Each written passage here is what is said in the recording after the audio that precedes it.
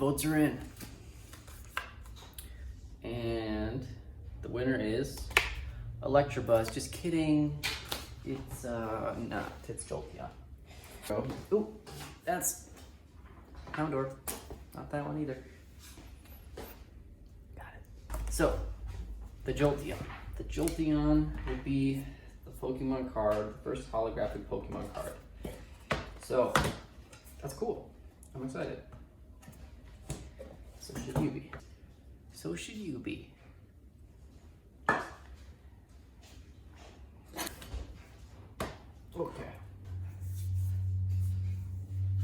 So you'll probably make the card part in a different software, but I'm gonna sculpt the card using Nomad. Nomad is an iOS app that's pretty slick for sculpting 3D models. This project, but that's in the works for later. Last time what I did is I sculpted the Dark Ritual card. I did that in using Blender.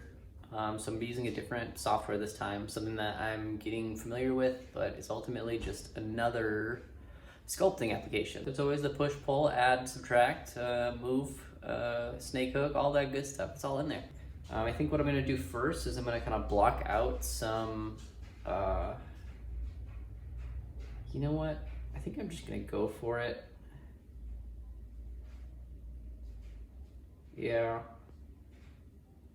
I'm gonna go with the two-dimensional. So I was gonna like separate the parts of the body to make sure that the dimensions are right, but I think I'm just gonna start and see how it goes.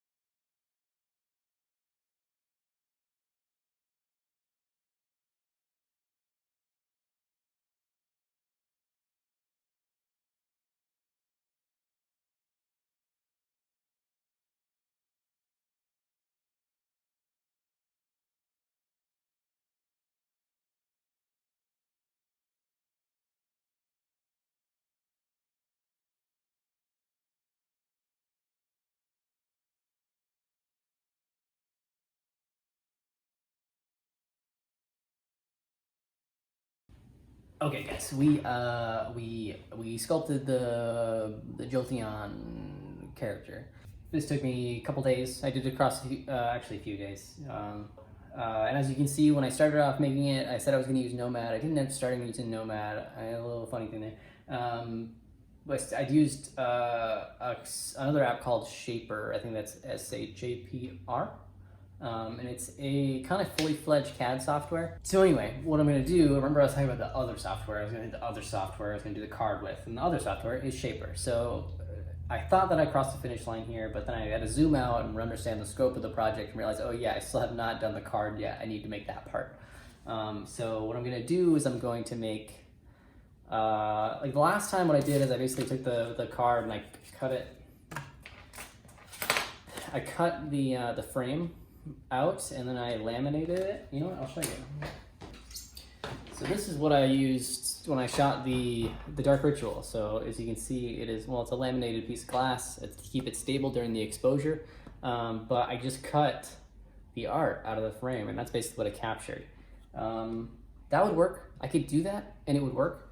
But I think as a design choice, I'm going to make the card parts, everything that's yellow on the outside of the artwork here, I think it's gonna be clear. And then I'm gonna have all these little elements kind of floating in space there, just kind of not attached to anything. I feel like that's gonna look pretty cool. I think it's gonna kind of feed into that holographic piece of glass kind of thing. And it's gonna allow the artwork to really stand out by itself rather than having this kind of big cluttered frame around it. So that's the plan. And we're gonna initiate the plan in like 3, 2, well now, we're gonna do it now. I'm gonna do it now.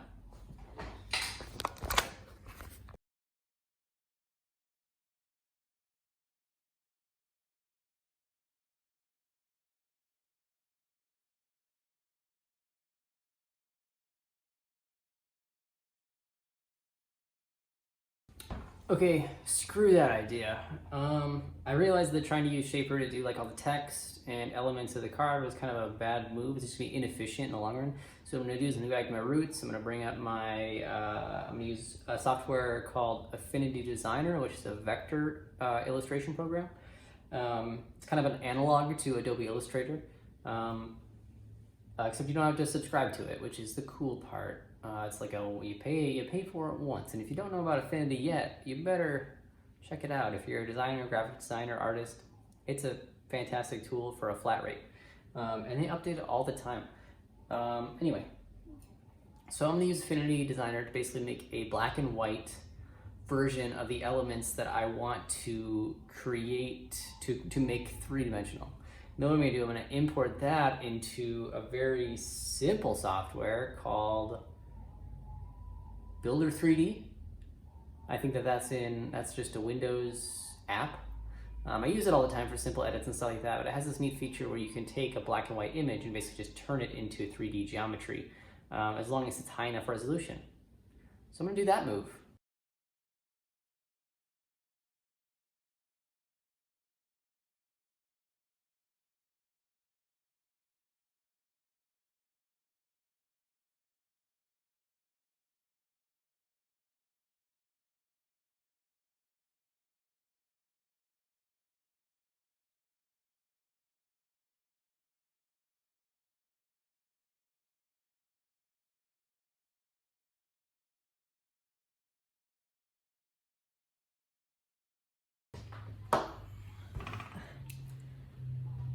Okay, so we did it. We created the minimalist kind of frame for the artwork like I planned.